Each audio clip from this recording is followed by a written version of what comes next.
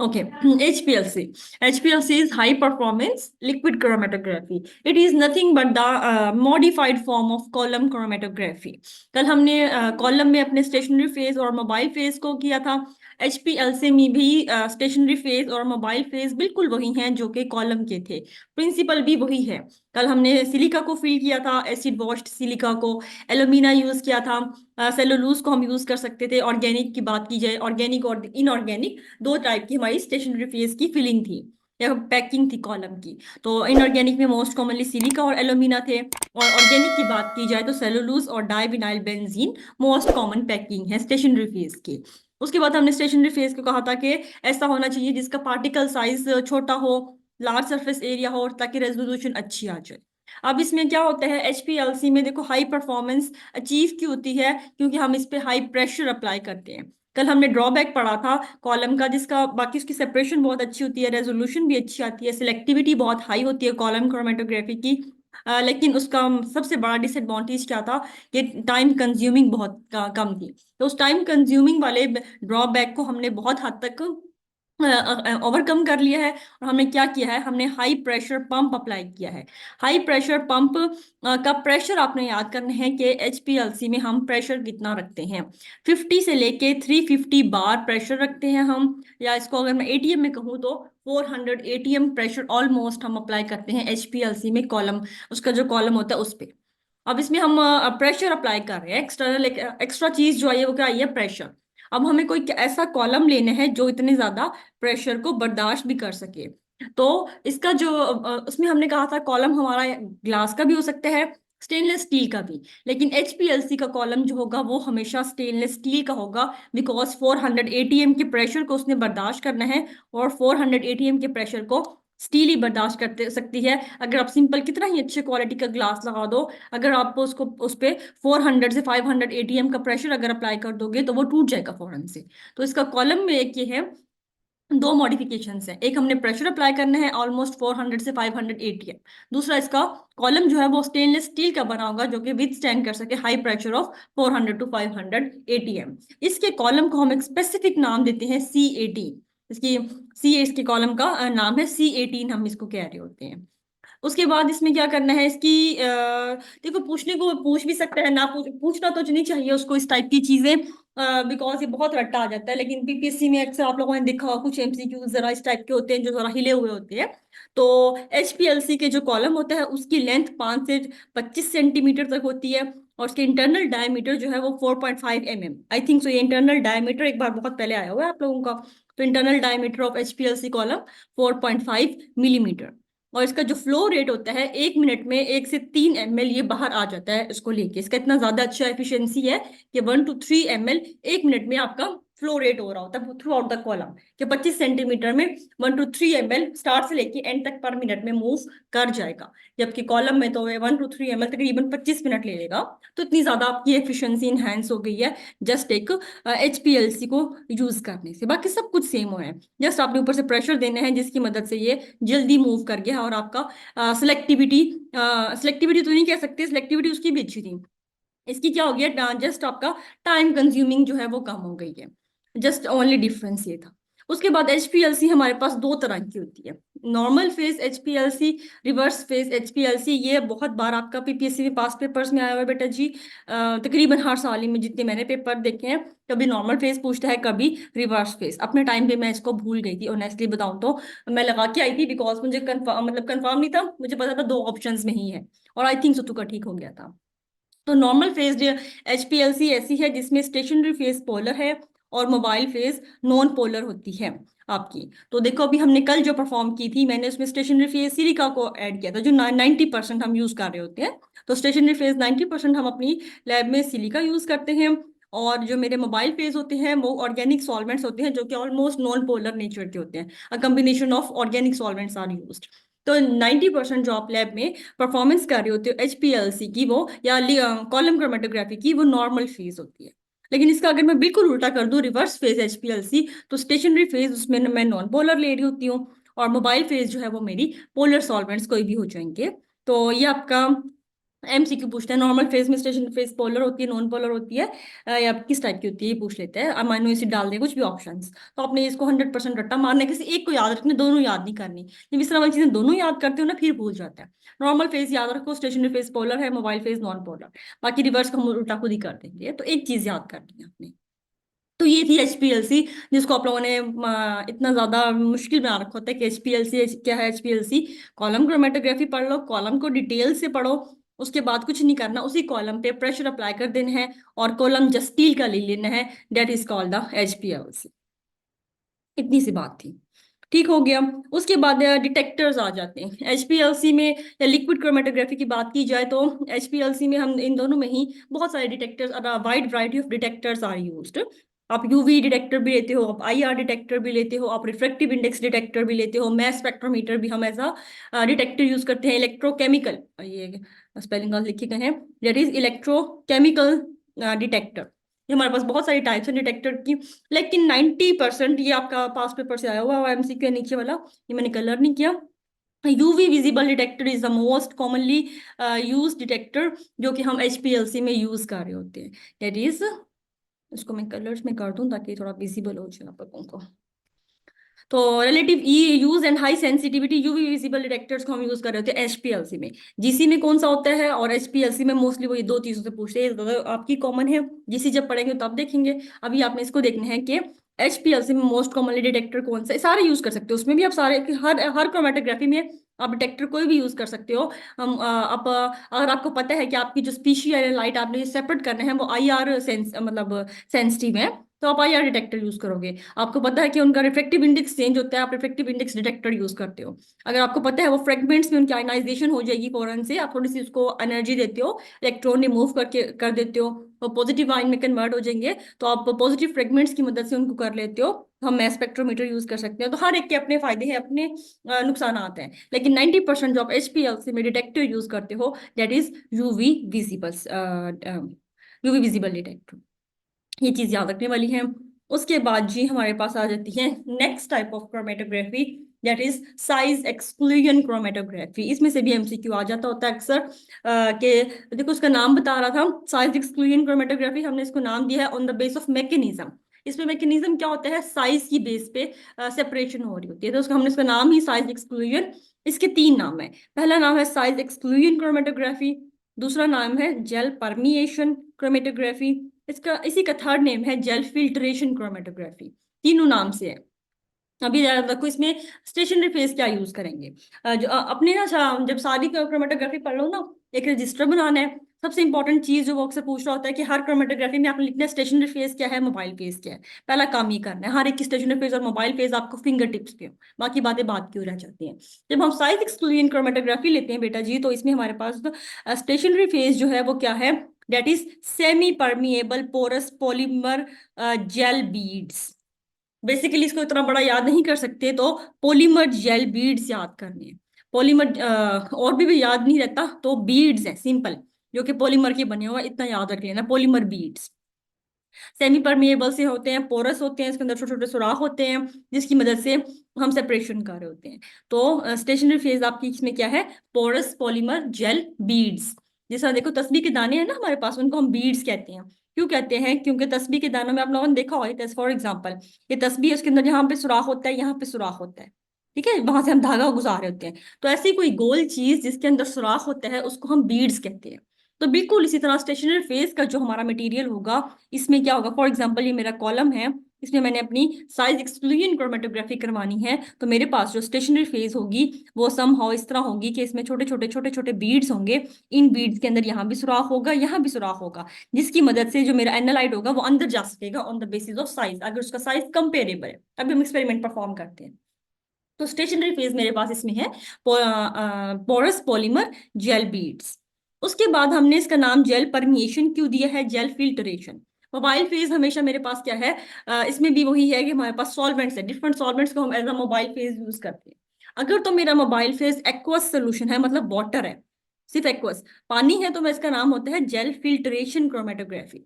लेकिन अगर मेरा मोबाइल फेज कोई ऑर्गेनिक सॉल्वेंट है, कोई भी ethanol, methanol, acetone, hexane, petroleum ether, somehow कोई भी ऑर्गेनिक सॉल्वेंट है, अदर देन एक्वस कोई भी अगर सॉल्वेंट है, तो इस क्रोमेटोग्राफी को मैं नाम देती हूँ जेल परमिएशन क्रोमेटोग्राफी का। तो इसकी जेल कॉमन नाम है जेल साइज एक्सक्लूजन। और अगर मैं इसमें पानी यूज करती हूँ तो इसका नाम जेल फिल्ट्रेशन है। अगर मैं ऑर्गेनिक सॉल्वेंट्स यूज करती हूँ तो इसमें मेरा नाम है जेल परमिएशन। स्टेशनरी फेज इसमें मेरी पोरस पॉलीमर बीड्स हैं। और मोबाइल फेज में different combination of solvents use करूंगी डिपेंडिंग अपॉन द एनालाइट। तो ये थी जेल साइज, को भी हम एक्सपेरिमेंटली परफॉर्म करते हैं। मेथडोलॉजी इसको मुझे एक मिनट रिमूव करने दो, ये जो है, ताकि आप लोगों को कुछ समझ आए ये लिखा क्या। अच्छा, स्मॉल साइज पार्टिकल जो हैं वो पोर्स के अंदर इंटर हो जाएंगे। बीड्स है ना, बीड्स के अंदर पोर्स हैं, जब भी उनको बीड्स का नाम दिया है, उसमें छोटे छोटे सुराख हैं। तो अगर इसकी मदद से हम, पहले बात याद रखो, इसकी मदद से हम जो सेपरेशन करते हैं ना वो मैक्रोमोलिक्यूल्स ही करते हैं। लाइक प्रोटीन्स हो गए, जो हमारे पास चार्ज्ड मैक्रोमोलिक्यूल्स है ना, हम उनकी कर रहे होते हैं, बल्कि चार्ज भी नहीं, मैक्रोमोलिक्यूल। जहां हमारे पास साइज का बहुत ज्यादा वेरिएशन आएगी, वहां पे हम साइज एक्सक्लूजन क्रोमेटोग्राफी की मदद से काम कर लेंगे। तो देखो, ये मेरे पास फॉर एग्जांपल मेरा कॉलम है, इसके अंदर मैंने अपनी स्टेशनरी फेज को फिल कर देना है। तो स्टेशनरी फेज मैंने साइज एक्सक्लूजन करवानी है, तो आपको पता है पोरस पॉलीमर बीड है। तो मैं इसको यहाँ पे थोड़ा सा बड़ा ले रही हूँ। वैसे ये बहुत छोटे छोटे माइन्यूट से होते हैं, लेकिन आपको समझाने के लिए मैं थोड़ा बड़ा ले रही हूँ, ठीक है। ये फॉर एग्जाम्पल इस तरह मेरे पास बीड्स पड़े हैं, इनके अंदर छोटे छोटे होल्स हैं मुख्तलिफ जगह पे। इसका होल फॉर एग्जाम्पल यहाँ है, यहाँ भी है, यहाँ भी है, मुख्तलिफ होल्स प्रेजेंट है। तो मैंने क्या करना है, मैंने फॉर एग्जांपल अपना एनालाइट यहाँ पे डाल दिया, या वो जिसकी मदद से ये अपना मैक्रोमोलिक्यूल जो है, जिसमें बहुत सारे फॉर एग्जांपल 50 प्रोटीन्स हैं, जिसको मैंने अलग करना है। और इनके डिफरेंट साइज हैं, कुछ बड़े साइज के हैं, कुछ छोटे साइज के, हर टाइप के प्रोटीन्स मेरे पास प्रेजेंट हैं इसमें। तो मैं क्या करूंगी, मैं अपने एनालाइट को यहाँ लगाऊंगी। ये मेरा एनालाइट आ गया जी। उसके बाद मैं ऊपर से मोबाइल फेज डाल दूँ। मोबाइल फेज फॉर एग्जांपल मैं जेल परमिएशन करवा रही हूँ, तो जेल परमिएशन में मैं अपने ऑर्गेनिक सॉल्वेंट्स डिफरेंट कॉम्बिनेशंस के डाल दिए मैंने। तो वो क्या करेगा, वो जो मोबाइल फेज है मेरी, वो इनको, वो मेरे एनालाइट जो है, जो कि प्रोटीन्स हैं, डिफरेंट साइजेस के प्रोटीन्स हैं, वो इनको नीचे लेके आएगा। अब वो प्रोटीन जिनका साइज छोटा है इन बीड्स से, इन पोर्स में, जो पोर्स बीड्स के ऊपर बने हुए हैं, अगर उनका साइज छोटा है तो ये इसके अंदर चले जाएंगे। ये मैं इनको ना कलर चेंज करती हूँ ताकि आपको समझ आए। फॉर एग्जांपल मेरा एनालाइट जो है ना वो रेड कलर का है, तो ये मेरा रेड कलर का एनालाइट था, मैंने मोबाइल फेस डाला, मोबाइल फेस इनको लेके नीचे आ जाएगी। तो इनका साइज था छोटा, इस पोर की मदद से ये अंदर चले गए, ये अंदर चले गए, कुछ यहाँ आ गए, कुछ यहाँ आ गए, यहाँ बहुत सारे हैं, ये बहुत सारे होते हैं इसमें ना। इनका बिल्कुल छोटा सा साइज होता है, सरफेस एरिया आपको आंख से नहीं दिख रहा होता, ये अंदर चले गए हैं। तो ये इधर आ गए, ये इधर आ गए, मतलब डिफरेंट पोर्स में ये घुस गए हैं बीड्स के। और छोटे साइज वाले तो चले जाएंगे। अब जिनका साइज बड़ा था इस पोर्स से, वो क्या है, वो अंदर नहीं जा पाएंगे, वो डायरेक्टली मोबाइल फेस के साथ यहाँ यहाँ होके फौरन से इल्यूट हो जाएंगे। इल्यूट हम क्रोमेटोग्राफी में कहते हैं निकल जाने की चीज को। तो वो मोबाइल फेस में फौरन से निकल आएंगे। तो जो बहुत बड़े साइज के होंगे वो बिल्कुल भी नहीं जा पाएंगे अंदर, वो सबसे पहले आ जाएंगे बाहर, इस फौरन से मोबाइल फेस के साथ सबसे पहले आपको बाहर मिल जाएंगे, उनको हम अलग कर लेंगे। उसके बाद मीडियम साइज वाले आ जाएंगे, थोड़ा थोड़ा अंदर नहीं जा पाएंगे, लेकिन यहाँ वो थोड़ा बहुत स्टक हो के आ जाएंगे। मीडियम साइज वाले कुछ अंदर चले जाएंगे, क्योंकि पोर्स का भी डिफरेंट साइज है। ऐसा नहीं है कि ये मेरे पास फॉर एग्जाम्पल अंदर बीड्स प्रेजेंट है तो इसका साइज इतना है, बस इसका इतना सा साइज है, इस वाले का डिफरेंट साइज होता है। इसको और मैं आपको समझाऊँ ना, तो इस टाइप का होता है इसका स्ट्रक्चर, इस तरह का, just like a jelly fish. तो ये कुछ यहाँ से इंटर हो जाएंगे, कुछ इधर से इंटर हो सकते हैं, हर जगह पोर बने हुए, कुछ यहाँ से इंटर हो गए। तो ये पोर का साइज थोड़ा बड़ा है। तो जो मीडियम साइज वाले होंगे वो कुछों में जा सकेंगे, कुछों में नहीं जा सकेंगे। तो क्या होगा, वो थोड़ा देर के बाद आएंगे, लार्ज वाले फौरन से होंगे। उसके बाद मीडियम वाले कुछ पोर्स में चले गए, हर एक में इंटर नहीं हो सकेंगे, तो वो थोड़ा थोड़ा जल्दी से दरमियान वाले टाइम लेंगे और बीच में आ जाएंगे। उसके बाद आ जाएंगे स्मॉल वाले। स्मॉल वालों का साइज इतना छोटा था कि वो हर तरह के बीड्स में घुसने की कैपेसिटी रखते थे। तो वो इधर जाएगा, पहले इसमें घुस जाएगा, यहाँ से बाहर निकलेगा, आगे वाले में भी जा चला जाएगा, फिर यहाँ से बाहर निकलेगा, नीचे वाले में चला जाएगा। इस तरह वो हर बीड्स के अंदर से होता होता होता होता देर से आएगा। तो क्या हो जाएगा, जो स्मॉल साइज वाला होगा वो सबसे एंड में आएगा, बिल्कुल एंड में। और बाज का ऐसा होगा कि जो स्मॉल वाला है उसकी एफिनिटी स्टेशनरी फेज के साथ, इस बीड के साथ इतनी ज्यादा होगी कि वो आ ही नहीं रहा होगा। तो हम क्या करते हैं, हम अपने मोबाइल फेस को चेंज करते हैं, हम अपने मोबाइल फेस की पीएच को चेंज करते हैं। ये जो हमारे पास मैक्रो मॉलिक्यूल्स होते हैं ना, जितने भी होते हैं, ये सारे पीएच सेंसिटिव होते हैं। तो आप अपने मोबाइल फेस की बफर की फॉर्म में पीएच को चेंज करोगे तो क्या होगा, पीएच चेंज करने से ये जो आपके अंदर स्टक हुए बैठे थे, इनकी एफिनिटी बढ़ेगी मोबाइल फेस के साथ, और ये खुद ही खुद बाहर आएंगे, और फिर फौरन से बाहर आ जाएंगे। क्योंकि ये जब मोबाइल फेस डालते हो, ये भी पोर्स के अंदर जाएगा ना, तो लिक्विड है, तो जब ये इन पोर्स के अंदर जाएगा, तो फॉर एग्जाम्पल इसको मैं यहाँ समझाऊं, ये मेरे पास एक बीड है, इसके अंदर एक छोटा सा पार्टिकल साइज का था, और ये अंदर जाके यहाँ पे स्टक हो गया इधर। अब इसकी एफिनिटी स्टेशनरी फेस के साथ ये नहीं निकल पा रहा, तो मैंने क्या किया, पहले मैंने अपने लार्ज साइज के निकाले, फिर मैंने अपने मीडियम साइज वाले निकाल लिए।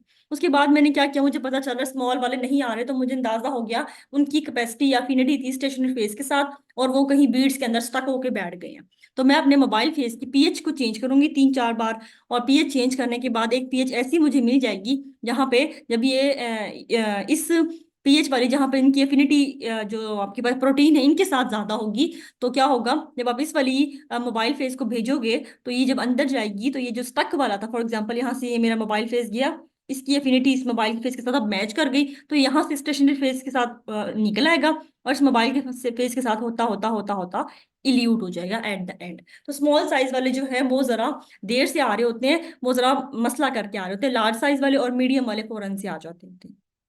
जाहिर है वो डिपेंड करता है, जरूरी नहीं है, कभी वो पीएच कम के साथ भी आ सकती हैं, वो पीएच ज्यादा के साथ भी आ सकती हैं। तो डिपेंड करता है हमारे जो पार्टिकल्स हैं वो है किस टाइप के। फॉर एग्जांपल हमारे पास अगर मैं बात करूं प्रोटीन्स की, ठीक है, अगर मैं बात करती हूँ प्रोटीन्स की, कि मैंने प्रोटीन्स की सेपरेशन करनी है, तो आपको पता है iso electric pH, iso electric pH ऐसी होती है जहां पे चार्ज जीरो होता है उसका, उसके पॉजिटिव पार्ट और नेगेटिव पार्ट जो होते हैं वो इक्वल होते हैं। अगर आपके पीएच थोड़ी सी ज्यादा हो जाती है आइसो इलेक्ट्रिक पॉइंट से, तो नेगेटिव चार्ज डोमिनेट कर जाता है, ठीक है, प्रोटीन की बात कर रही हूँ।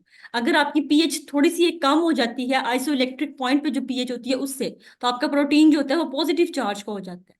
तो अगर फॉर एग्जांपल मेरी पीएच कम थी और पॉजिटिव चार्ज वाले पार्टिकल थे और वो जरा छोटे साइज के थे, वो अंदर जाके स्टक होके बैठ गए हैं, तो मुझे अपनी पीएच कम लेके आनी पड़ेगी, तभी इनकी एफिनिटी ज्यादा आएगी और ये बाहर निकल पाएंगे। तो डिपेंड करता है कि आपकी जो अंदर वाले पार्टिकल्स हैं वो किस नेचर के हैं, वो कौन से हैं जो स्टक हुए बैठे हैं अंदर।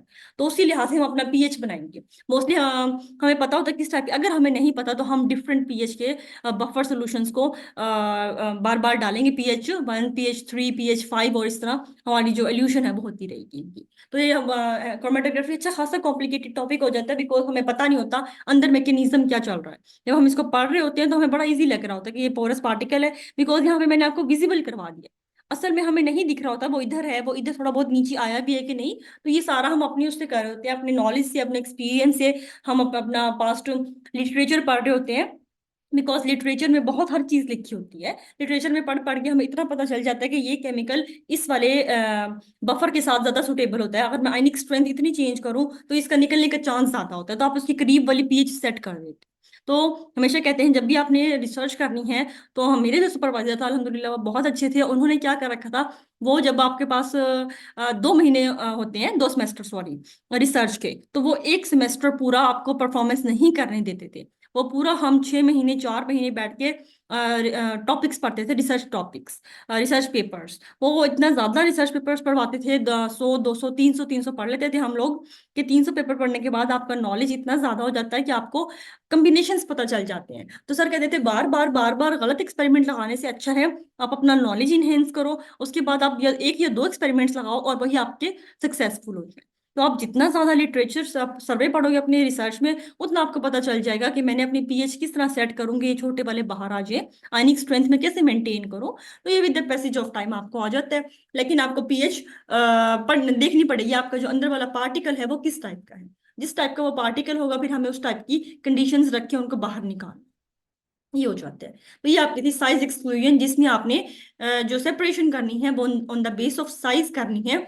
और आपने याद रखना है इसमें स्टेशनरी फेज हमारे पास पोरस पॉलीमर बीड थी, मोबाइल फेज वाटर है या फिर ऑर्गेनिक सॉल्वेंट्स। ऑर्गेनिक सॉल्वेंट्स हैं तो परमिएशन है, और अगर वाटर है तो फिल्ट्रेशन है। उसके बाद सिंपल आपने कुछ नहीं करना। छोटे साइज में एक चीज याद रखनी है, बड़े वाले पहले आ जाएंगे फौरन से, मीडियम साइज जरा थोड़ा सा टाइम लेके, और स्मॉल साइज वालों को सबसे एंड में आएंगे, या फिर हमें उनको खुद इल्यूट करवाना पड़ेगा। ये काफी हो जाएगा इतना आप लोगों को, ठीक हो गया। उसके बाद जी हमारे पास आगे हमने क्या पढ़ना है, लेट मी चेक, एक सेकंड दे, हाँ जी।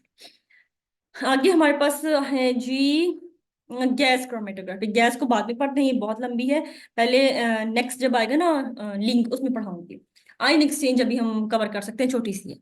आयन एक्सचेंज क्रोमेटोग्राफी में वो 2 से 3 चीजें पूछता है, और डिटेल हमें नहीं पढ़नी। आयन एक्सचेंज क्रोमेटोग्राफी में एक तो बेटा पहला काम, हम उसको तब यूज करेंगे जब हमारे पास चार्ज पार्टिकल हैं। जब आपको पता है मेरे पास पॉजिटिव आयंस या नेगेटिव आयंस हैं जिनको मैंने सेपरेट करना है, तो मैं आयन एक्सचेंज क्रोमेटोग्राफी को यूज करूंगी।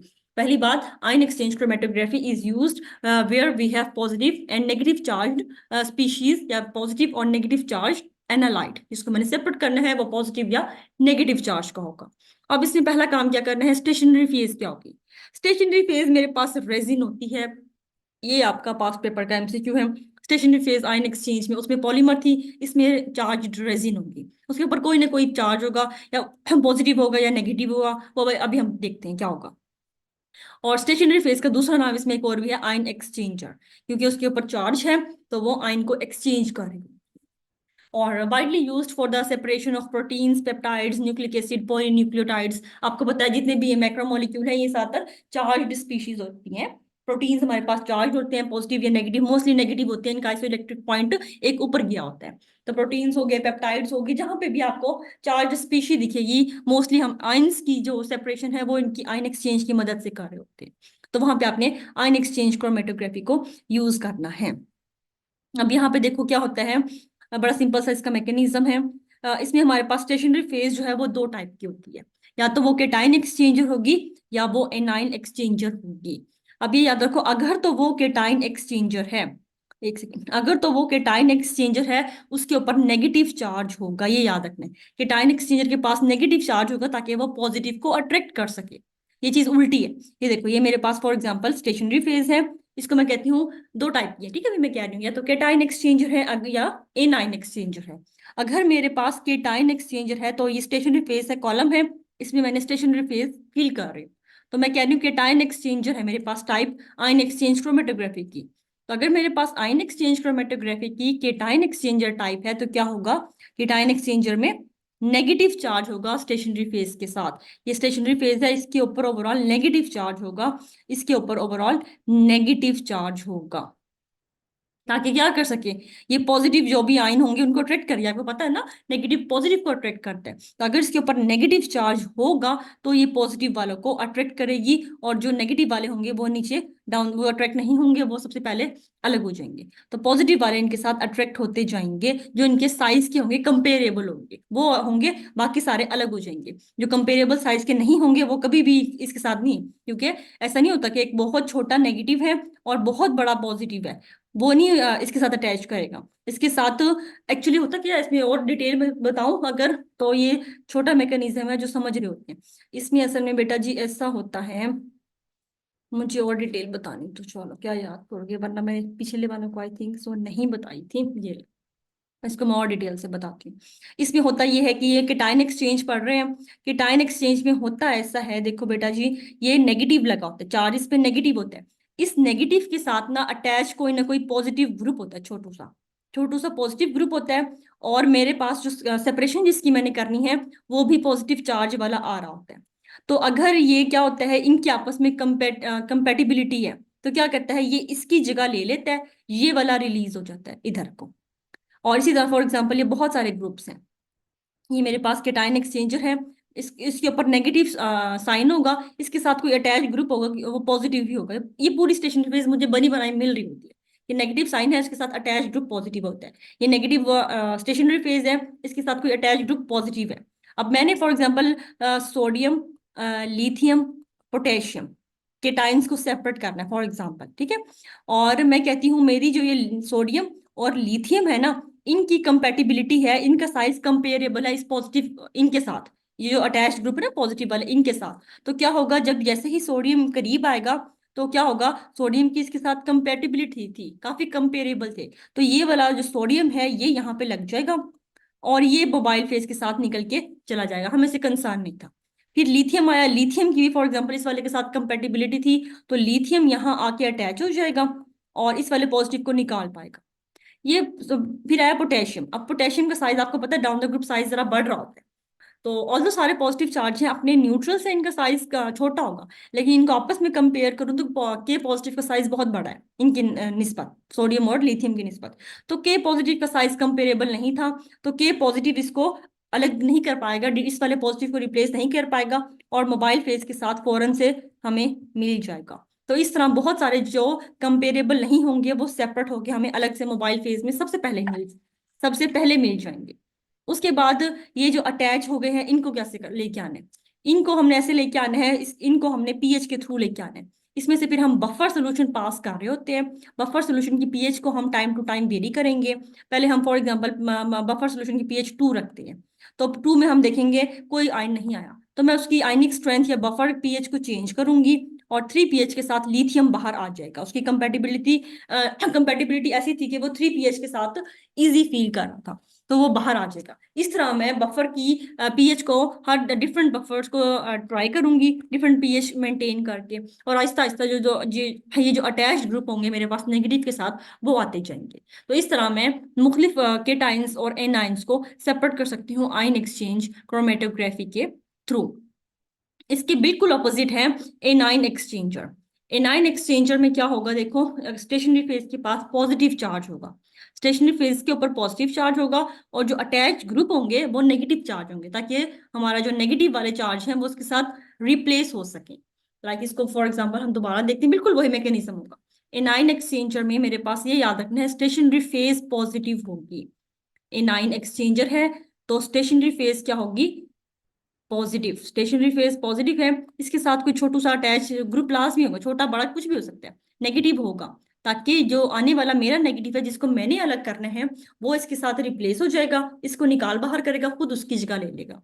जिन आयंस की कंपेटिबिलिटी होगी स्टेशनरी फेज के साथ वो लगते जाएंगे इन नेगेटिव की जगह, इनको निकाल बाहर करेंगे। जिनकी नहीं होगी कंपेटिबिलिटी वो मोबाइल फेज के साथ सेपरेट हो जाएंगे पहले, और फिर जो अटैच वाले होंगे उनको हम बारी बारी आयनिक स्ट्रेंथ या पीएच डिफरेंट को वेरी करके आहिस्ता आहिस्ता निकाल लेंगे। तो ये होती है आयन एक्सचेंज क्रोमेटोग्राफी, जिसमें मैंने आयनिक या केटाइनिक स्टेशनरी फेज को लेके डिफरेंट आयंस को उनके साथ अटैच करवाया और उनकी सेपरेशन करवा दी। ये होता है। ठीक हो गया। इसमें इसमें आपने क्या करना है, इसमें आपने याद करना है स्टेशनरी फेज रेजिन है, पहले तो चार्ज्ड रेजिन है, सिंपल रेजिन भी चार्ज्ड रेजिन, या वो पॉजिटिव है या वो नेगेटिव है। दूसरा वो जो क्वेश्चन पूछता है वो ये पूछता है कि आयन एक्सचेंज क्रोमेटोग्राफी में केटाइन एक्सचेंजर स्टेशनरी फेज पे चार्ज क्या है। तो ये याद रखना, केटाइन एक्सचेंजर है तो चार्ज नेगेटिव होगा, एन आयन एक्सचेंजर है तो चार्ज पॉजिटिव होगा। अब देखो केटाइन एक्सचेंजर पे चार्ज नेगेटिव है, मोस्टली ये वाले ग्रुप होते हैं, CO नेगेटिव, CH2CO नेगेटिव, ऐसे बहुत सारी टाइप्स हैं इसकी, लेकिन ज्यादातर कॉमनली हम इनको ले रहे होते हैं ये ग्रुप्स। और पॉजिटिव चार्ज वाले में अमाइनो इथाइल नाम है इसका, CH2NH3+। तो हम positive charge A9 exchanger stationary phase ज्यादातर हमारी इसकी बनी होती है। तो ये इतना इंपॉर्टेंट नहीं है किसकी बनी होती है, बस चार्जेस वो पूछता है, चार्जेस में घुमाता है वो अक्सर आपको।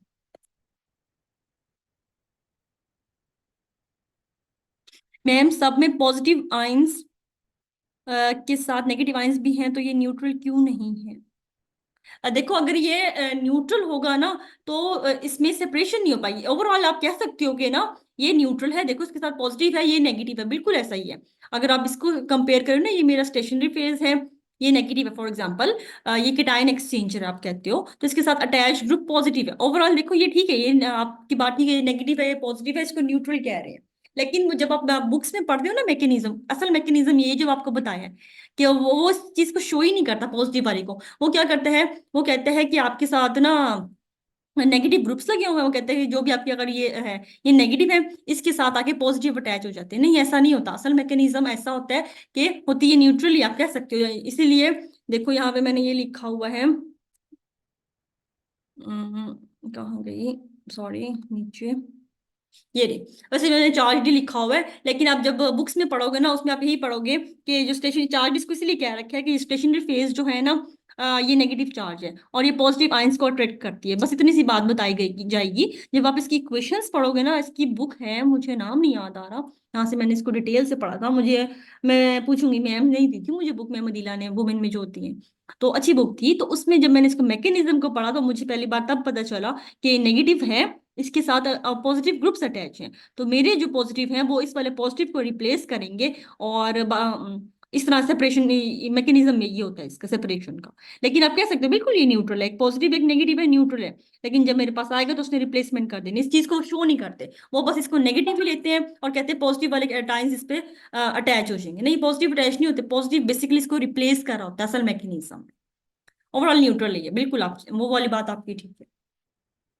लेकिन हम इसको लिखते चार्ज आयंस ही हैं, क्योंकि बुक में ये वाला मैकेनिज्म आपको कभी बताया नहीं जाता।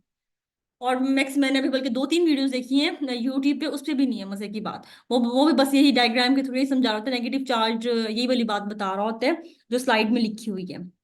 कहाँ गई ये स्लाइड, यही वाली कि टाइन एक्सचेंजर हैज नेगेटिव चार्ज और अट्रैक्ट करेगा पॉजिटिव को, हर जगह यही लिखी होगी। लेकिन आप बुक पढ़ोगे ना किसी इंडिया नहीं सॉरी इंग्लिश ऑथर की, वहां पे आपको मिल जाएगा लास्ट में ये मैकेनिज्म, हर एक में लिखे। मैंने 2 को फॉलो किया था, दोनों में यही था। लेकिन एक में एग्जांपल्स बहुत मुश्किल थी, एक में एग्जांपल इजी थी, तो भी मैंने इजी वाले बच्चों को पढ़ाया था। अभी ये 6th सेमेस्टर में मिलता है आपको कोर्स ना, BS का 6th सेमेस्टर।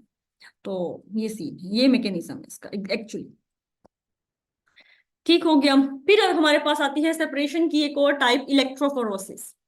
इलेक्ट्रोफोरोसिस क्रोमेटोग्राफी की टाइप नहीं है, it's a separation technique actually. तो सेपरेशन टेक्निक में हम इसको टाइप ऑफ क्रोमेटोग्राफी कंसीडर करते हैं। इसकी भी 2 टाइप्स हैं, एक है जेल इलेक्ट्रोफोरोसिस, एक है पेपर। पेपर वाली को हम क्रोमेटोग्राफी में लेके आ रहे होते हैं, जेल वाली में थोड़ा और मैकेनिज्म आ जाता है। Basically it's a separation technique. तो आप क्या कहते हैं उसको, type of chromatography in which charged particles are separated on the basis of their charge and size under the influence of electric field. इसमें हम क्या करते हैं, चार्ज्ड पार्टिकल्स की मूवमेंट करवाते हैं। देखो अब चार्ज्ड पार्टिकल्स हर जगह थे, यहाँ भी मैंने चार्ज की सेपरेशन करवाई थी, देखो पॉजिटिव या नेगेटिव चार्जेस ही थे ना डिफरेंट। लेकिन फर्क क्या है, इसमें मैं सिंपल अपने मोबाइल फेस के थ्रू करवाती हूँ। अगर मैं इलेक्ट्रिक फील्ड की इन्फ्लुएंस में करवाती हूँ, उसको मैं कहती हूँ electrophoresis. Electrophoresis of positively charge particle is called cataphoresis. और अगर मैं नेगेटिवली चार्ज पार्टिकल की कराती हूँ तो उसको मैं कहती हूँ एनाफोरोसिस। अब इसका मैकेनिज्म अगर मैं आपको समझाऊं तो इसमें हम ऐसे करते हैं, इसमें हम ऐसे ये काम करते हैं बेटा जी, ये देखो इसके इंस्ट्रूमेंटेशन थोड़ी समझो। इसकी इंस्ट्रूमेंटेशन ऐसी होती है कि हम एक जेल ले लेते हैं या पेपर, इसकी 2 टाइप्स हैं। अब इसको समझो, ये जेल इलेक्ट्रोफोरोसिस भी होती है, पेपर इलेक्ट्रोफोरोसिस भी होती है। दोनों में काम एक ही करना है। एक में हम चार्ज पार्टिकल्स को under the influence of electric field he move करवाते हैं, एक में बस जेल ले लेते हैं, एक में पेपर ले लेते हैं। पेपर थोड़ा स्पेशल टाइप का होता है, फिल्टर पेपर टाइप का ही होता है, लेकिन उसकी अरेंजमेंट थोड़ी चेंज होती है। तो दोनों में हमने क्या करना है, मैं आपको जेल करवा रही हूँ, मैं पेपर सेम बिल्कुल इसी तरह होगा। तो ये मेरा जेल होता है इस तरह का, इस पे मैंने अपने सैंपल को लोड करना होता है। ये फॉर एग्जांपल आप समझो एक ट्रे है जिसमें जेल पड़ा है मेरे पास सारा, जिस तरह हम बच्चों की जेली टाइप मटेरियल नहीं होता, जिस तरह आप जेली खाते हैं, वो जो रफान की जेली हम बनाते हैं, उस टाइप की जेली टाइप पे इसका मटेरियल होता है। ये मेरा जेल है, इसके ऊपर मैंने अपना सैंपल अपलोड कर दिया है। फॉर एग्जांपल ये मेरा सैंपल है, इस सैंपल में पॉजिटिव भी है नेगेटिव भी है। फॉर एग्जाम्पल में मिक्सचर है पॉजिटिव और नेगेटिव दोनों का, बहुत सारे पॉजिटिव नेगेटिव पार्टिकल प्रेजेंट है इसके अंदर।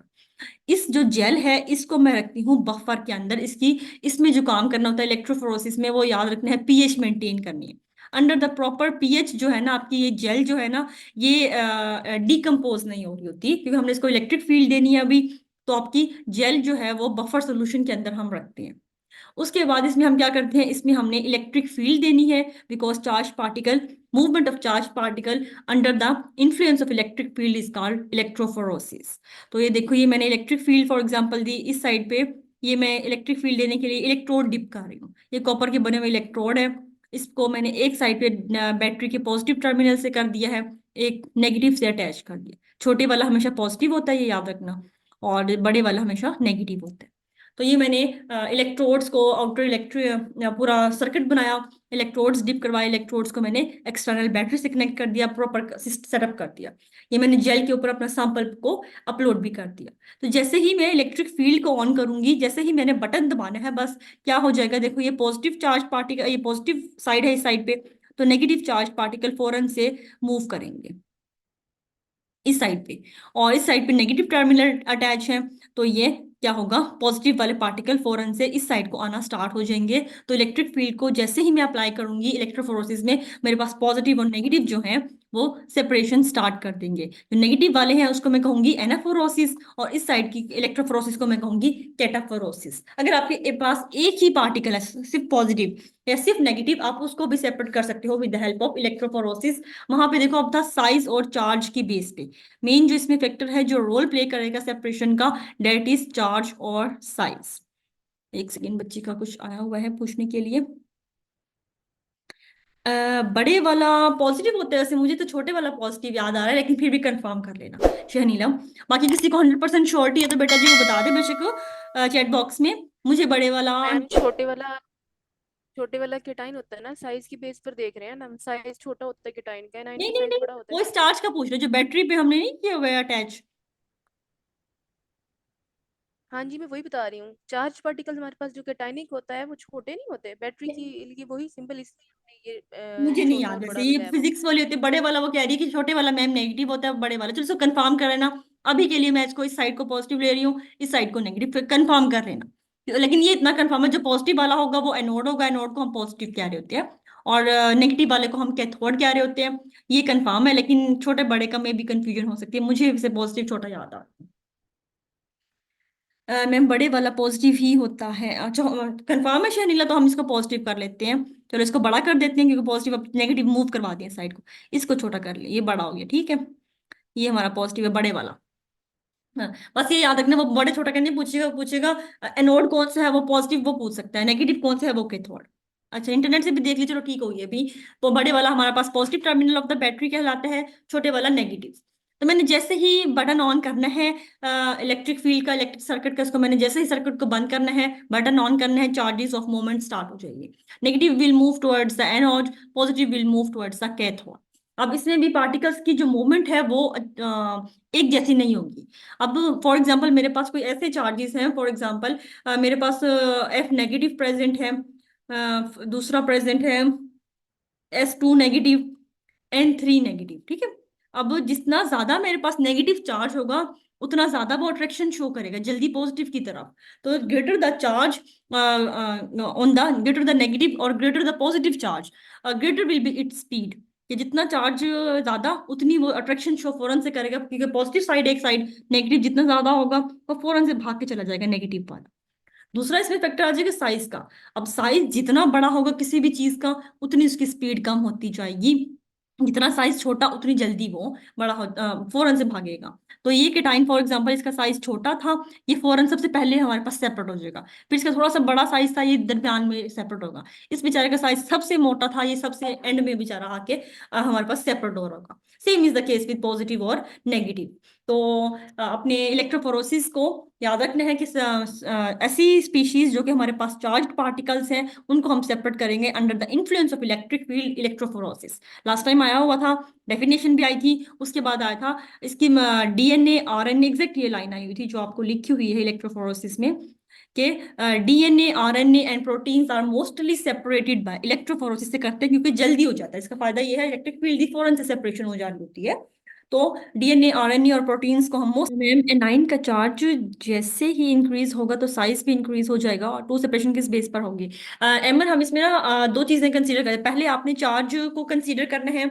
अगर तो चार्ज सबका, अगर वो आप ज्यादातर ना आपको एक चीज कांस्टेंट कर देता है और एक चीज को वेरी कर रहा होता है, वो आपको सारे आयन ऐसे देगा जो -2 वाले होंगे। लेकिन आपको ग्रुप में देखना है, लाइक ऑक्सीजन की बात कीजिए, ऑक्सीजन फैमिली की, ऑक्सीजन सल्फर सेलेनियम सब पे -2 होता है। तो वो एक चीज कांस्टेंट करता है, या वो चार्ज कांस्टेंट करता है या वो साइज कांस्टेंट करता है। लेकिन अगर वो दोनों डिफरेंट चीजें आइंस दे दे, कि साइज भी वेरी हो रहा हो और चार्ज भी, देन आप पहले चार्ज को प्रेफर करते हो, देन आप साइज की तरफ जाओगे। ठीक हो गया। सेम काम करना है जो हमने किया था।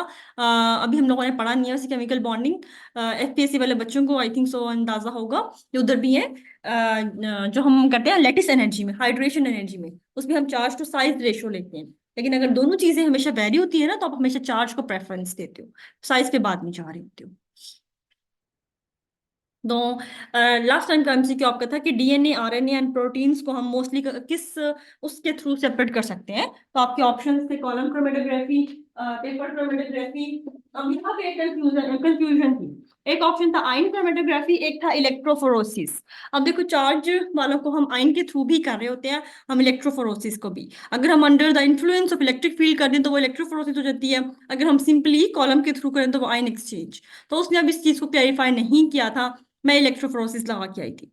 तो ये चीज थोड़ी सी अक्सर एक दो कंफ्यूजन आ जाती है, लेकिन जाना पड़ता है आपको एक ऑप्शन इस तरह वाले ऑप्शंस में, क्योंकि मुझे ये लगा था हम मोस्टली इलेक्ट्रोफोरोसिस के थ्रू करते होंगे, क्योंकि जरा टाइम कंज्यूमिंग काम है, जल्दी हो जाती है। लेकिन मोस्टली वैसे ये भी हो सकता है क्योंकि इलेक्ट्रिक फील्ड और ये वाला मेथड थोड़ा ना कॉस्टली होता है।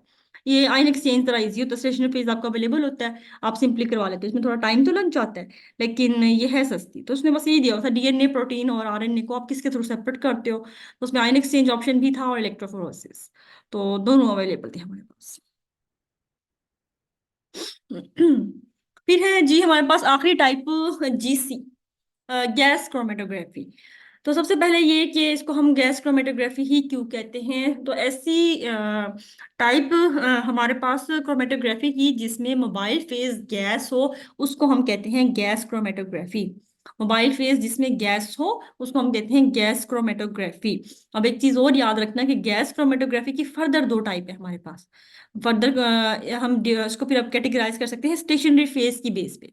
मैंने पहले पहले पहले लेक्चर में बताया था स्टेशनरी फेज हमारे पास लिक्विड भी हो सकता है और हमारे पास सॉलिड भी हो सकता है। तो अगर आप लिक्विड स्टेशनरी फेज यूज करोगे तो इसको हम कहते हैं GLC type, gas liquid chromatography.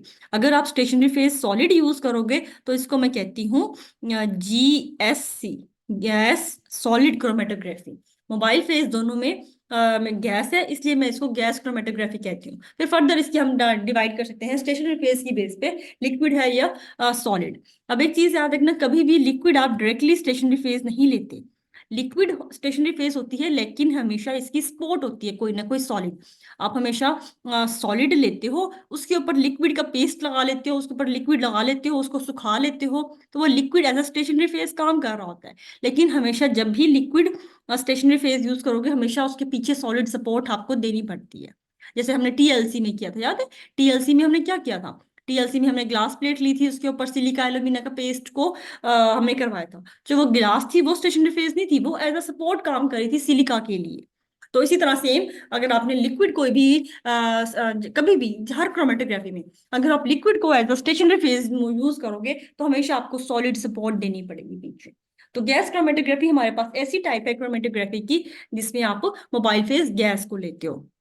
अब हम जीसी कब यूज करेंगे? जीसी आप बहुत कम कंपाउंड्स के लिए यूज करते हो, मोस्टली आप एचपीएलसी कॉलम क्रोमेटोग्राफी यूज करते हो लैब में। जीसी क्योंकि स्पेसिफिक हो जाती है, जीसी हम यूज करते हैं ऐसे कंपोनेंट्स के लिए जो कि वोलेटाइल होंगे, मतलब क्या है, जिनका बॉइलिंग पॉइंट बहुत ज्यादा कम होगा। थोड़ी सी आप उसको टेम्परेचर दोगे वो फौरन से वेपर्स में कन्वर्ट हो जाए। लाइक पेट्रोल की बात की जाए, आप पेट्रोल इतना वोलेटाइल होता है कि आप बास वक्त 1.5 लीटर वाली बोतल में हम डलवा के आए, आप ढक्कन खोल दो उसका, 5 मिनट बाद देखोगे आपको पेट्रोल मिलेगा नहीं बॉटल में। क्यों? क्योंकि वो बहुत ज्यादा वोलेटाइल नेचर है। तो यहाँ पे एक पॉइंट मिसिंग है, गैस क्रोमेटोग्राफी हम यूज करते हैं ऐसे कंपाउंड के लिए जो कि वोलेटाइल भी हो, दूसरा होते हैं जो थर्मली स्टेबल भी हो, क्योंकि इसमें हम थोड़ा टेम्परेचर देना होता है।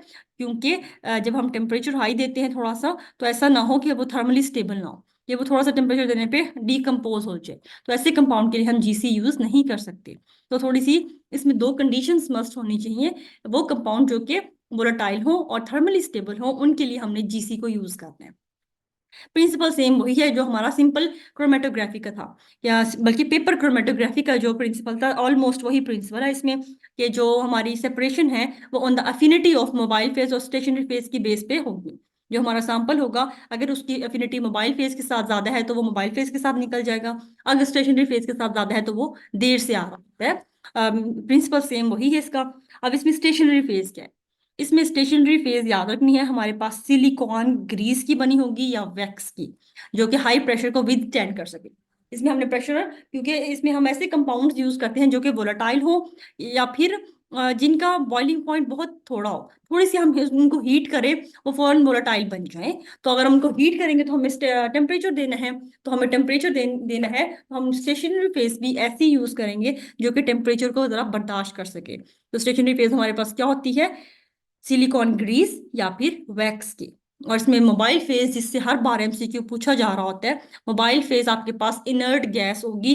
हम इनर्ट कोई भी गैस यूज कर सकते हैं। हम हीलियम, आर्गोन, नाइट्रोजन यूज करते हैं, और 90% हम हीलियम यूज करते हैं।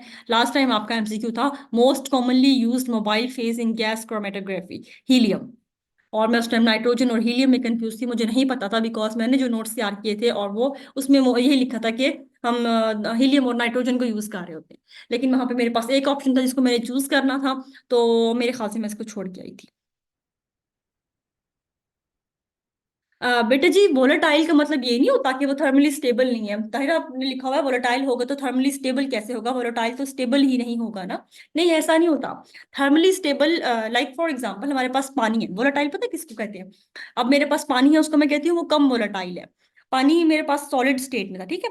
मैंने उसको रूम फ्रीजर में था, वो 0 डिग्री सेल्सियस पे था, इस चीज को समझो। तो मैंने उसको रूम टेम्परेचर पे निकाल के रख दिया, वो लिक्विड में कन्वर्ट हो गया। मैंने उसको दिया टेम्परेचर, चूल्हे पे चढ़ा दिया, वो गैस में कन्वर्ट हो गया। इसका मतलब ये नहीं है वो गैस में कन्वर्ट हो गया कि वो थर्मली स्टेबल नहीं था। नहीं, वो वोलाटाइल जरा कम था, तो वो जरा देर से मुझे 100 डिग्री सेल्सियस पड़ा, तब वो जाके वो हुआ। थर्मली स्टेबल का मतलब ये होता है कि मैं उसको टेम्परेचर दूं, वो अपनी फिजिकल स्टेट चेंज कर ले, लेकिन वो डीकम्पोज ना हो, वो किसी और चीज में कन्वर्ट ना हो जाए, इसको मैं कहती हूँ थर्मली स्टेबल।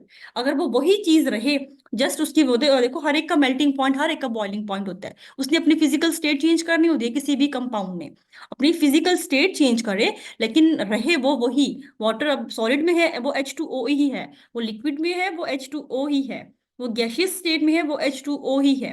वो रहे H2O ही। लेकिन अगर वो मैंने इसको इतना हीट किया कि वाटर टूट के वो H2 या O2 में कन्वर्ट हो गया। आपको पता है वाटर को मैं तोड़ती हूँ तकरीबन I think so 1000 degree Celsius देती हूँ, तो वो H2 और O2 में कन्वर्ट हो जाता है। तो 1000 डिग्री सेल्सियस पे मैं कहूंगी कि वाटर जो है वो थर्मली अनस्टेबल हो गया। अब उसने अपनी जो केमिकल चीज थी, केमिकल रिएक्टिविटी थी, वो खो दी है। वो केमिकली स्टेबल नहीं रहा, वो और चीज में हो गया। तो वो चीज जो डिकम्पोज हो जाए या किसी और केमिकल कंपाउंड में चेंज हो जाए फौरन से टेम्परेचर देने से, उसको मैं कहती हूँ थर्मली अनस्टेबल। अगर वो वही है, जस्ट वो फिजिकल स्टेट चेंज कर रही है, दैट इज थर्मली स्टेबल। वो जस्ट वोलाटाइल होगी या नहीं होगी। और वो जो बहुत ज्यादा टेम्परेचर देने पे करे, लाइक वाटर, तो मैं कहती हूँ वाटर लेस वोलाटाइल है। जिसको मैं थोड़ा सा टेम्परेचर दूं फौरन से, 25 रूम टेम्परेचर है, 30 या 35 तक भी कोई कंपाउंड ऐसा है जिसको मैं थोड़ी सी 2 से 3 डिग्री सेल्सियस दूं, वो फौरन से वोलाटाइल हो जाए, तो उसको मैं कह रही हूँ तो वो वोलाटाइल है। बेशक वो थर्मली स्टेबल होता है, रहता वो वही है, जस्ट वेपर्स में कन्वर्ट, गैसियस में चला जाता है। ये डिफरेंस होता है। ठीक हो गया, कोई मसला नहीं है भाई, थैंक्स की क्या बात है, ताहिरा है। जो भी कंफ्यूजन होती है बताया करो, बल्कि डिस्कस किया करो, लेक्चर इसलिए ले रहे हैं ना, लाइव क्लास, कोई इशू नहीं। अच्छा जी, मोबाइल फेज फिर हमारे पास मोस्ट कॉमनली अगर आपके पास आता है, तो हम मोस्ट कॉमनली हीलियम यूज करते हैं। इसको हम कैरियर गैस भी कहते हैं, बिकॉज इसने हमारे एनालाइट को लेके जाना होता है। In case of gas chromatography हम इसको कैरियर गैस भी कहते हैं, बिकॉज हम एनालाइट डालेंगे, मोबाइल फेज को पास करवाएंगे, तो ये अपने हमारे एनालाइट को लेके जाएगी कॉलम में से। तो that's why it is also called carrier gas in gas chromatography. तो हमारा मोबाइल फेज या कैरियर गैस हीलियम या नाइट्रोजन है, और 90% हम हीलियम यूज करते हैं। स्टेशन फेज याद रखनी है इसमें, और दोनों याद रखने, दोनों इंपॉर्टेंट है इसमें, बिकॉज थोड़ी सी डिफरेंट है। हाँ, उसके बाद हम इसकी इंस्ट्रूमेंटेशन करते हैं, ताकि आपको पहले, बल्कि इंस्ट्रूमेंटेशन से पहले भी आपने पढ़ना है इसमें कॉलम्स। कॉलम, इसमें हमारे पास सिंपल कॉलम नहीं होता, जिस तरह हम करते आ रहे हैं ना, ग्लास कॉलम ले लिया, स्टेनलेस स्टील का लंबी सी ब्यूरो टाइप का कॉलम। नहीं, इसमें हमारे पास जो कॉलम होता है वो कॉइल फॉर्म में होता है। मैं भी ड्रॉ करती हूँ, मुझे 1 मिनट रिमूव करने दो। ये देखो, इस तरह का कॉलम मेरे पास इसमें इस तरह बना, ग्लास या ग्लास का ही होगा, लेकिन उसकी फॉर्म कॉइल की फॉर्म में। अब दो टाइप के कॉलम अवेलेबल हैं जीसी को करने के लिए। एक होता है पैक्ड कॉलम, एक होता है कैपिलरी कॉलम। इसकी लेंथ, इंटरनल डायमीटर इंपॉर्टेंट नहीं है, ये किस चीज का बना है ये पास पेपर में आया होगा। तो पैक्ड कॉलम जो जीसी में है, वो ग्लास या स्टेनलेस स्टील का बना होता है, ये इजी, आप पहले पढ़ते आ रहे हो। कैपिलरी का याद रखना है, कैपिलरी कॉलम जो है वो फ्यूज्ड क्वार्ट्ज का बना होता है, मटेरियल याद रखने हैं। दो टाइप के कॉलम है, एक पैक्ड कॉलम है, दूसरा कैपिलरी कॉलम है। Packed is made up of glass और stainless steel, and the capillary column that is used in GC is made up of fused quartz. उसके बाद मैंने तो लिख दी है लेंथ 1 to 3 मीटर, उसका इंटरनल डायमीटर 2 to 4 मिलीमीटर होता है। इसकी लेंथ 10 से 100 मीटर लंबा है, लेकिन इसका इंटरनल डायमीटर 0.1 से 1 mm है। को देने को दे सकते हैं, लेकिन मैं फिर कहती हूँ उसको देना तो नहीं चाहिए, लेकिन दे दे तो जो रट्टा मार सकते हैं वो मार लें, जो नहीं मार सकते कोई बात नहीं है, इंशाल्लाह नहीं आएगा। ठीक है, अगर आ जाए इन केस भूल जाए तो कोई बात नहीं, 1 2 MCQ छोड़ देना, ऐसी कोई वो नहीं हुई। इंशाल्लाह फिर भी मेरिट बन जाता होता है इस टाइप के MCQs। मैं तो 62 करके आई थी यार, बस फिर भी हो जाता है। तो इसको बाद में पहले पढ़ा लूँ फिर टिप्स दूंगी। वहां पे ना करना क्या, अगर कोई चीज़ ना आ रही हो तो परेशान नहीं होना। पहला काम ये है, हम क्या करते हैं, पहले स्टार्ट पढ़ते हैं, MCQ स्टार्ट करते हैं, 5 MCQ नहीं आ रहे तो जी हमने फैसला कर लिया, हो ये पेपर तो हमारे हाथ से गया, मेरी तो सीट गई। वहीं पे स्टार्ट हो जाते हैं। मैं डायग्राम बना लूँ, साथ साथ थोड़ा सा गाइड भी कर दूँ। इसका नाम है मोलेकुलर सीव। तो परेशान नहीं होना, कोई मसला नहीं है। MCQ नहीं आ रहे होते, थोड़ी सी स्टेबल हो जाओगे ना, जो आते हैं ना वो कर लोगे, काम बन जाता है। इतना मुश्किल नहीं है PPSC निकालना, बस थोड़ा सा स्टेबल रहना होता है और कुछ नहीं। ये मेरा कॉलम है यहाँ पे, ये मेरा कॉलम है कॉइल फॉर्म में, ये याद रखना है। ये मेरा फॉर एग्जांपल इस टाइप की इसकी मैं डिटेक्टर लगाऊंगा आगे, ठीक है। इस टाइप की इसकी इंस्ट्रूमेंटेशन होती है बेटे जी कुछ। ये डिटेक्टर, देखो सबसे पहले ये मेरी हैं कैरियर गैसेस मोबाइल फेस। इसमें GC में जो मेरी कैरियर गैसेस होती हैं, इनको मैं सिलेंडर के अंदर रखती हूँ। ये मेरा सिलेंडर पड़ा होता है लैब में, हीलियम नाइट्रोजन जो आपको अवेलेबल हो, you can use this as a mobile phase in your GC। तो फॉर एग्जाम्पल मैं अपने GC ऐसा है जिसमें मैं हीलियम यूज कर रही हूँ, क्योंकि 90% मैंने इसको यूज करना है। तो हीलियम मेरे पास गैस सिलेंडर में अवेलेबल होगी। तो मैं क्या करूंगी, हीलियम को मैं पहले गुजारती हूँ मोलेकुलर सीव से। मोलेकुलर सीव्स का काम ये होता है कि ये जो भी अगर कोई इम्प्योरिटी फॉर एग्जांपल सिलेंडर में प्रेजेंट थी, जो कि हीलियम के साथ है, ऑल्सो हीलियम इनर्ट गैस है, हीलियम ने उस इम्प्योरिटी के साथ रिएक्ट नहीं करना, लेकिन फिर भी वो इसके साथ, जब मैं प्रेशर पंप खोलती हूँ यहाँ से, तो हो सकता है कोई डस्ट पार्टिकल हीलियम के साथ साथ चलता आ रहा है, तो मोलेकुलर सीव क्या करेगी, किसी भी टाइप की इम्प्योरिटी, किसी भी टाइप की अगर मॉइस्चर प्रेजेंट है, उसको रिमूव कर देती है। मोलेकुलर सीव्स बेटा इस टाइप के ना दाने से होते हैं, बिल्कुल जो आपकी छोटी वाली तस्वीर होती है ना, व्हाइट, ऑफ व्हाइट से कलर के दाने होते हैं। ये पानी को बहुत अच्छा एब्जॉर्ब करते हैं। बहुत सारे हमारे पास रिएक्शंस ऐसे होते हैं जिनमें ना अपने मॉइस्चर को रिमूव करना होता है, तो हम क्या करते हैं, हमारे अपने उन रिएक्टेंट्स को, उन सॉल्वेंट्स को ना मोलेकुलर सीव से गुजारते हैं। इनफैक्ट हमारे 90% जो रिएक्टेंट्स सॉल्वेंट्स है ना, वो हाइग्रोस्कोपिक होते हैं, वो पानी एब्जॉर्ब कर लेते हैं, और हमें चाहिए होता है pure solvent. For example ethanol है, आप उसको रखो, फौरन से पानी एब्जॉर्ब करके बैठा होता है। तो हम क्या करते हैं, हम उसको मोलेकुलर सीव्स में ना हीट करवाते हैं बड़ा। मोलेकुलर सीव्स में जब उसको हीट करवाते हो ना ऊपर से, तो मोलेकुलर सीव सारा का सारा पानी फौरन से एब्जॉर्ब कर लेते हैं, और आपके पास नीचे सारा का सारा आपका प्योर सॉल्वेंट, प्योर कंपाउंड रह जाता है। तो मोलेकुलर सीव्स, और जब पानी एब्जॉर्ब कर लेते हैं, ये पहले इतना होता है, ये इतना मोटा सा हो जाता है, बड़ा मजे का जेली टाइप सा। तो उसके बाद मोलेकुलर सीव्स को हम बार बार यूज कर सकते हैं। उसके बाद आप क्या करते हो, इनको ले जाके ओवन में रख देते हो। 100, ये बहुत ज्यादा स्टेबल होते हैं, 100 डिग्री, सॉरी 1000 डिग्री सेल्सियस पे भी आप इनको रख सकते हो फर्नेस में। आप इनको 500 डिग्री सेल्सियस पे रख दो, सारा पानी, सारी इंप्योरिटीज खत्म हो जाएगी इसमें से, और ये दोबारा आप रीयूज के काबिल हो जाएंगे। तो molecular sieves can be used again and again, आराम से आप इनको रीयूज कर सकते हो। तो तो आप क्या करते हो, आप अपनी मोबाइल फेज को पहले गुजारते हो मोलेकुलर सीव से, ताकि कोई भी इंप्योरिटी, कोई भी एब्जॉर्बर मॉइस्चर प्रेजेंट हो, वो इसको अपने अंदर सोख लेती है, और प्योर मोबाइल फेज जो है आपकी कैरियर गैस हीलियम, वो आगे जा रही होती है। उसके बाद मेरे पास यहाँ पे मोबाइल फेज लगी हुई है, यहाँ से मोबाइल फेज ने गुजरना है। तो मैं क्या करूंगी, यहाँ पे मैं अपना सैंपल को इंजेक्ट करती हूँ, बेसिकली ने यहाँ लगा होता है, या इनलेट ऑफ द कॉलम, जहां से कॉलम की इनलेट होती है ना, यहीं पे सेप्टम लगा होता है। यहाँ पे मैं अपना क्या कर रही होती हूँ, यहाँ पे मैं अपने सैंपल को इंजेक्ट कर देती हूँ। तो मैं अपने सैंपल को इंजेक्ट करूंगी यहाँ पे सेप्टम में। और इसका टेम्परेचर क्या होता है, इसका टेम्परेचर थोड़ा हाई होता है। जो कॉलम का टेम्परेचर है, फॉर एग्जांपल यहाँ पे जो कॉलम का टेम्परेचर होता है हमारे पास GC में, वो 150 से लेके 300 डिग्री सेल्सियस होता है। तो कॉलम का जो टेम्परेचर होता है, सेप्टम का टेम्परेचर उससे ज्यादा होता है, तो इसका टेम्परेचर तकरीबन 400 डिग्री सेल्सियस तक होता है। तो क्या होता कि मेरे पास अगर कोई ऐसी गैस है जो कि गैशियस फॉर्म में ही है, उसको तो मैं वोलेटाइल है, उसको तो मैं ऐसे ही इंजेक्ट करवा दूंगी। वो जो जिसको टेम्परेचर चाहिए थोड़ा सा वोलेटाइल होने के लिए, जब मैं उसको सैंपल में इंजेक्ट करूंगी, उसका 400 डिग्री सेल्सियस टेम्परेचर होता है सैंपल का, तो फौरन से मेरा जो लेस वोलेटाइल कंपाउंड है, वो वोलेटाइल बन जाएगा। और मोबाइल फेज मुसलसल आ रही होगी, तो मोबाइल फेज क्या है, एज अ कैरियर गैस काम करेगी, और मेरे सैंपल को लेके स्टेशनरी फेज में इंटर हो जाएगी। यहाँ पे मोबाइल फेज उसको ले आई है मेरे सैंपल को। अब मेरे सैंपल में डिफरेंट कंपोनेंट्स थे, वो जिनकी अफिनिटी, जिनकी अट्रैक्शन मोबाइल फेज के साथ ज्यादा होगी, वो फौरन से निकल के डिटेक्टर पे डिटेक्ट हो जाएंगे। वो जिनकी स्टेशनरी फेज के साथ होगी, फॉर एग्जांपल ये पूरा कॉलम है, ठीक है, इसको समझो, कुछ जो मोबाइल फेज के साथ है वो फौरन से यहाँ पहुंच गए, इधर पहुंच गए। जो जिनकी नॉर्मल सी थी वो जरा मिड वे में है, और जिनकी स्टेशनरी फेज के साथ ज्यादा थी वो बेचारे बिल्कुल एट द एंड बैठे हैं। तो ये फौरन से आ जाएंगे, ये थोड़ा टाइम लगा के आ रहे होंगे, ये नहीं आ रहे होते। तो मैं क्या करती हूँ, मैं थोड़ा सा प्रेशर पंप बढ़ाती हूँ नीचे से पीछे से, जब मैं थोड़े से प्रेशर के साथ पंप आउट करवाती हूँ इनको, तब ये भी निकल जाते हैं, लेकिन थोड़ा लेट आएंगे। तो इसमें जो डिस्ट्रीब्यूशन होती है वो on the base of affinity होती है, जिसकी अफिनिटी जिसके साथ, वो उसके साथ जाके जल्दी और लेट आ रहा होता है।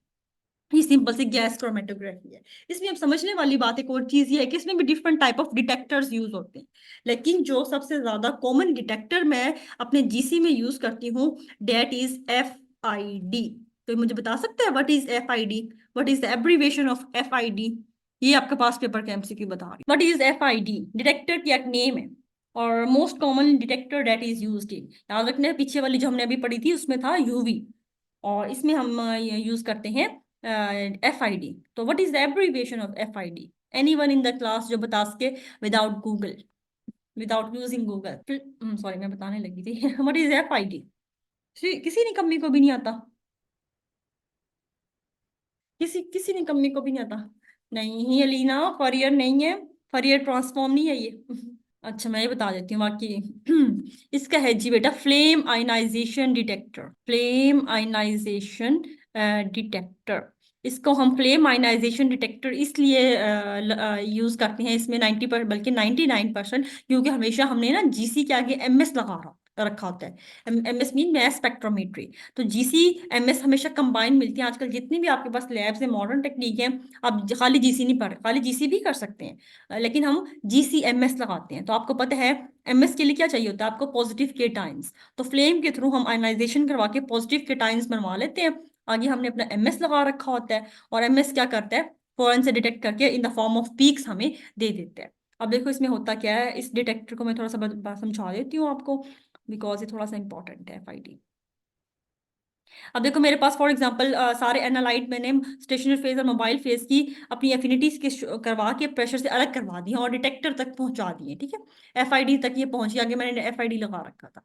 अब FID में मेरे पास क्या होता है, FID में मेरे पास 3 इनलेट्स होते हैं। फॉर एग्जाम्पल ये मेरा डिटेक्टर है, ये ठीक है, ये मेरा डिटेक्टर है, यहाँ से इसके पास 3 इनलेट होंगे।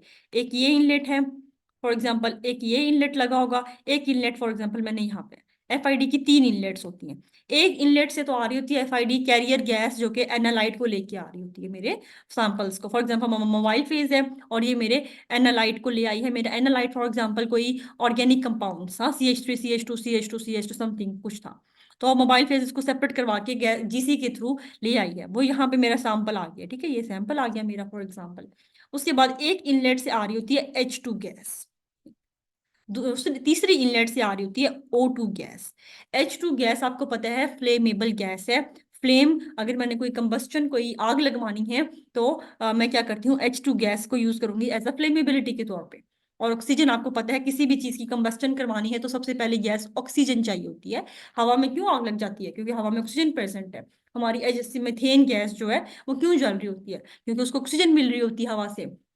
तो हम क्या करते हैं, हम H2 गैस को एज अ फ्लेमेबिलिटी के लिए यूज करेंगे, और करवानी है तो H2 O2 जो है वो as a source of combustion जैसे यूज हो रही होती है।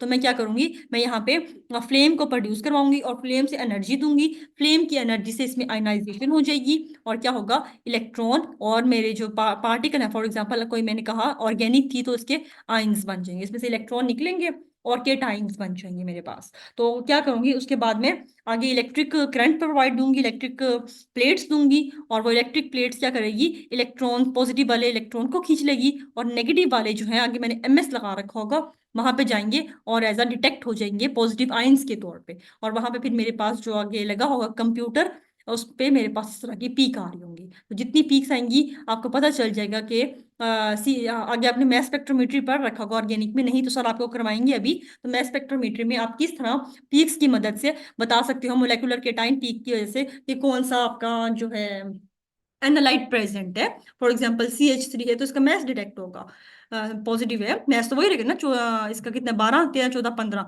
तो 15 की पीक आएगी आपके पास 15 मैस पे, M/Z 15 होगा, तो आप समझ जाओगे कि मेरे पास CH3 की पीक आ गई है, एक कंपोनेंट इस तरह का था। तो आपने आगे MS लगा रखा होगा, इसीलिए वजह से जो मोस्ट कॉमनली हम डिटेक्टर है गैस क्रोमेटोग्राफी में, वो फ्लेम आयनाइजेशन डिटेक्टर यूज करते हैं, ताकि मेरे पास पॉजिटिव और इलेक्ट्रॉन्स बन जाए। ये पॉजिटिव आयंस को मैं एक्सेलरेट करवाती हूँ प्लेट्स के थ्रू और इनको MS तक पहुंचा देती हूँ। फिर मैस स्पेक्ट्रोमीट्री में जैसे ही ये पॉजिटिव आयंस पहुंचेंगे, तो आगे आप लोगों ने मैस स्पेक्ट्रोमीट्री का प्रिंसिपल पढ़ रखा है इसी में, कि इलेक्ट्रिक फील्ड के थ्रू इनको एक्सेलरेट करवाएंगे, आगे मैग्नेटिक फील्ड होगी, मैग्नेटिक फील्ड के थ्रू ये आगे जाएंगे, अपने मैस टू चार्ज की रेशियो के बेस पे ये सेपरेट हो जाएंगे, और जितने ज्यादा जितने पॉजिटिव पार्टिकल्स होंगे उतनी ही पीक्स डिटेक्ट हो जाएंगी। तो किस किस पे M/Z पे कौन सी पीक आई है, फिर आप उसको रिजॉल्व कर लेते हो, मैस स्पेक्ट्रोमीटर आप पढ़ोगे, सर पढ़ा देंगे आपको, तो पीक्स की मदद से आप किस तरह बता देते हो कि कौन सा कंपाउंड प्रेजेंट है। तो ये है सारा आपका GC का। तो इसमें मेन चीज जो आपने याद रखनी है वो क्या करनी है, इसमें मोबाइल फेज आपकी गैस है, और मैम तो NMR और इसमें क्या डिफरेंस हुआ, NMR मतलब, NMR तो आपको प्रोटॉन्स बता रही थी ना बेटा, NMR का मतलब तो होता है कि आपके जो कंपाउंड है उसमें इन्वायरमेंट में कितने प्रोटॉन्स प्रेजेंट है। NMR का ताल्लुक प्रोटॉन से होता है, इसका ताल्लुक होता है, इसको आप और डिटेक्टर्स के थ्रू भी डिटेक्ट कर सकते हो, ऐसा नहीं है, आपके पास रिफ्लेक्टिव है UV, आप वो भी यूज कर सकते हो डिटेक्टर्स, लेकिन 90% आप फ्लेम आयनाइजेशन करते हो, ताकि आप आगे MS लगा के 100% अपने कंपाउंड को सेपरेट आउट और साथ ही सब कुछ कर लो। वरना बेसिकली ये GC अलग है, MS अलग है। आजकल हम इसको GC MS कर रहे हैं ताकि हमें मजीद क्लैरिफाई और मजीद एडवांस चीजें मिल जाए, लेकिन GC अलग चीज है। GC यहाँ तक खत्म हो जाता है FID तक, FID इसको पॉजिटिव में करवा के अलग से करवा देगा, और हर एक का अलग से करंट प्रोड्यूस होगा, तो आप बताओगे कितनी एनालाइट सेपरेट हो चुकी है। लेकिन अगर MS लगा दोगे तो अच्छी बात है कि आपको साथ के साथ सब कुछ पीक्स की फॉर्म में आप रिजॉल्व भी कर लोगे इसको। वरना GC अलग टेक्निक है, MS अलग टेक्निक है। GC बिल्कुल सेपरेशन टेक्निक है, MS तो है आपको, MS कोई सेपरेटिंग टेक्निक नहीं है। MS आपको रिजॉल्व करवाने की टेक्निक होती है, जो आप ऑर्गेनिक में ज्यादा पढ़ते हो, मुझे तो MS का डिटेल नहीं पता, लेकिन जितना मैंने पढ़ रखा है उसमें यही होता है कि आप आयनाइजेशन करवा के उनको उसके पीक्स लेके आते हो और उसको कर लेते हो। लेकिन GC में आप GC is a type of chromatography, कि ऐसी क्रोमेटोग्राफी जिसमें आप एनालाइट्स को सेपरेट करते हो with the help of their volatility की बेस पे, या ऐसे कंपाउंड जो कि बहुत थोड़े से टेम्परेचर देने पे कर सकते हो, तो उनकी सेपरेशन आप GC से कर लेते हो। GC का मकसद सिर्फ सेपरेशन ऑफ एनालाइट है। MS फिर आगे मजीद एडवांस फॉर्म है कि हम उसको रिजॉल्व और डिटेक्ट कर लें प्रॉपरली, वरना MS basically is not a type of chromatography नहीं है आपके पास।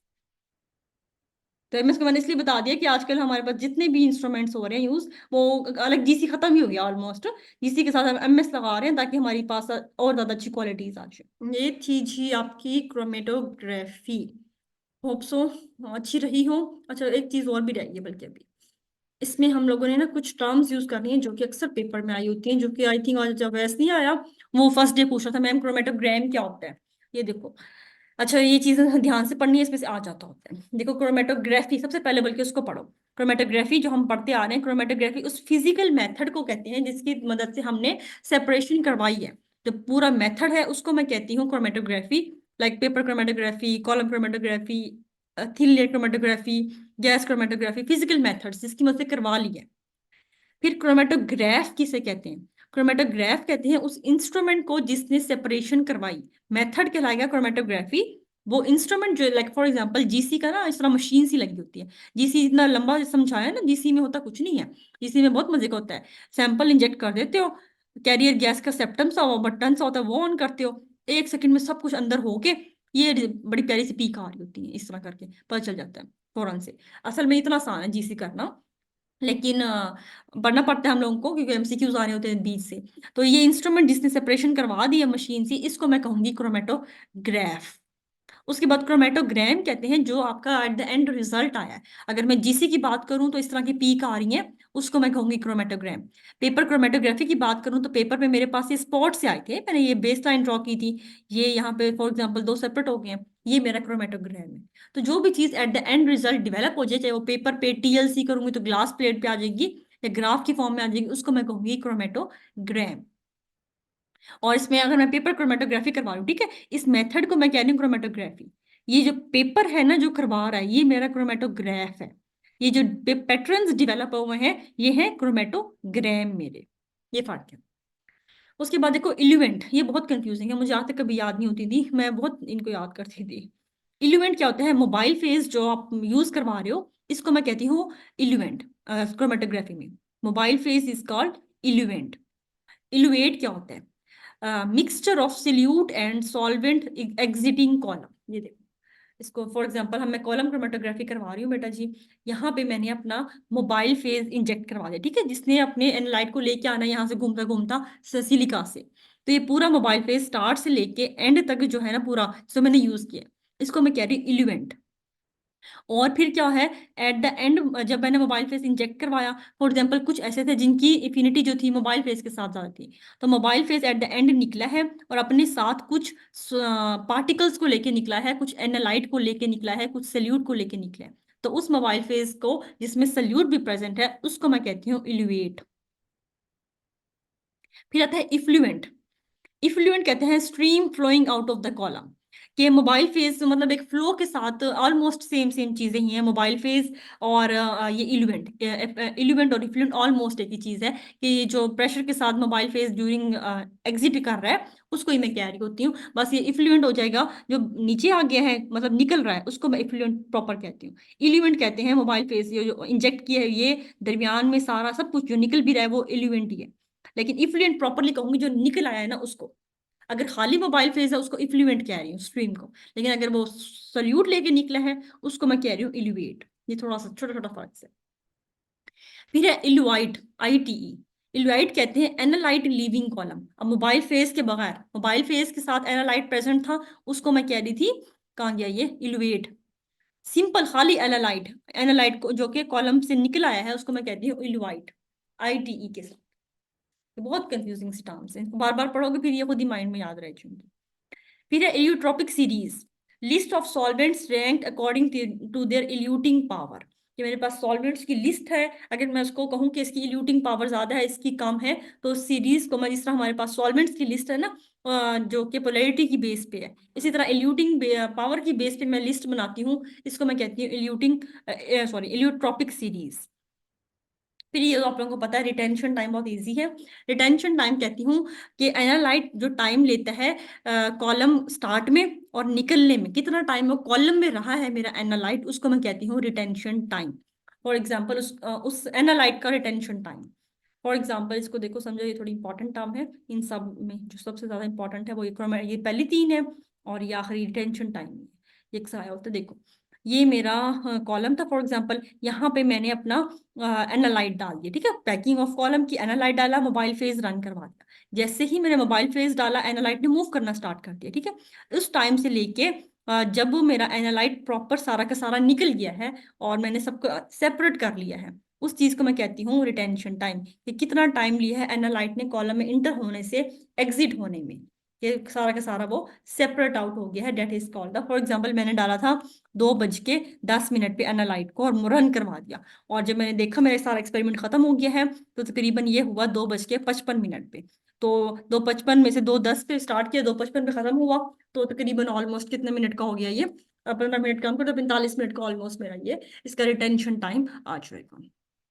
50 मिनट, हाँ नहीं सॉरी 45 का ही आ जाएगा। तो जितना टाइम वो स्टार्टिंग में ले रहा है और निकलने में लेता है उसको मैं कहती हूँ रिटेंशन टाइम, कि कितनी देर वो कॉलम में रहा है बेसिकली। तो ये टर्म्स आपने अच्छे से याद कर लेनी है। ये आपकी थी क्रोमेटोग्राफी।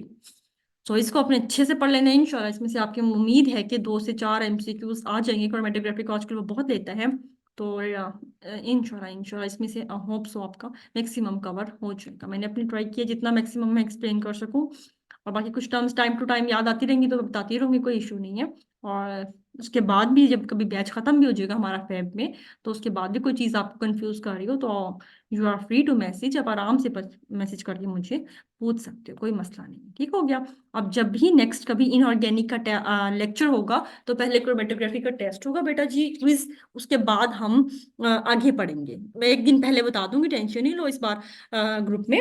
अभी आपके 3 दिन मेरे ख्याल से ऑर्गेनिक के लेक्चर चलने हैं, कल ऑर्गेनिक का क्विज आपका, फिर मंडे ट्यूसडे वेंसडे को सर लेक्चर लेंगे, शायद ट्यूसडे तक लें, फिर वेंसडे को अगर मेरा हुआ या फिजिकल जब भी होगा मेरा, तो मैं एक दिन पहले बता दूंगी। तो आपने पहले क्रोमेटो का टेस्ट देना है मुझे, सारे अच्छे से पढ़ के आहिस्ता आहिस्ता डेली की टाइप पढ़ते रहा करो, जैसे फ्री होते हो। आजकल तो वैसे छुट्टियां हैं आप लोगों को, तो डेली की एक टाइप पढ़नी है साइड से, डिटेल पढ़ ली है, मैकेनिज्म समझ आ गए हैं, मैकेनिज्म को रट्टा नहीं मारना, जितना लिखा हुआ है मोटा मोटा उसको कर लेना है। और अपने नोट्स साथ साथ बनाओ, हाथ से लिखा करो, स्लाइड्स पे रिलाई मत करो। हाथ से लिखोगे, अपने नोट्स खुद बनाओगे तो चीज़ यादें रह जाएंगी, और बाद में वो याद भी रहता है हाथ से लिखी हुई चीज़। तो नोट्स खुद बनाओ अपने।